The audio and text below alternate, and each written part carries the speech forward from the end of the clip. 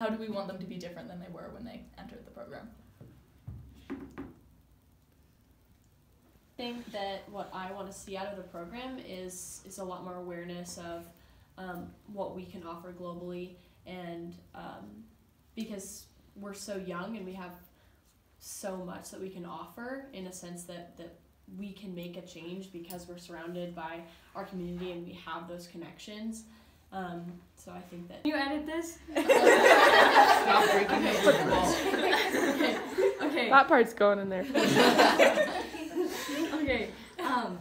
Is that leaders need to... Yeah. Maddie Shank is such an amazing example of a humble, empowered leader. So I think that at the end of the year, I want the GL students to be empowered to make change, yet be humble and, like Riley said, open to new ideas and be willing to work with people. I would like the people leaving this program to be more receptive to new ideas and accepting to like all frames of mind, because I think we all have a lot to offer each other, especially if we work together. We can like understand each other. I think we should equip them with skills to make sustainable change going forward, so that even after they finish Global Leaders, they can still use their skills and their passions to accomplish change that they want to see. Going off of what you said about people being more accepting of other people, I think that I want the people who lead this program to kind of have a changed like perspective on how they see the world and this community and like our school, just like. And Fort Collins is their home. This is all they know, and I think that it's important that they know that there's like a bigger world out there. Like there's other people that need our help and that need the change that they need to make. That we, yeah. Yeah, going off of that, I really want to see the leaders leaving have more like of a positive mind frame, because like I know there were a bunch of setbacks on the trip, but like we were always like go with the flow, like it's okay, it could be worse and all that, and like just feeling grateful for like what we have and how it is. And okay, someone on the trip told me that we were all taught to survive the system and not change it, and I want people to learn how to change it.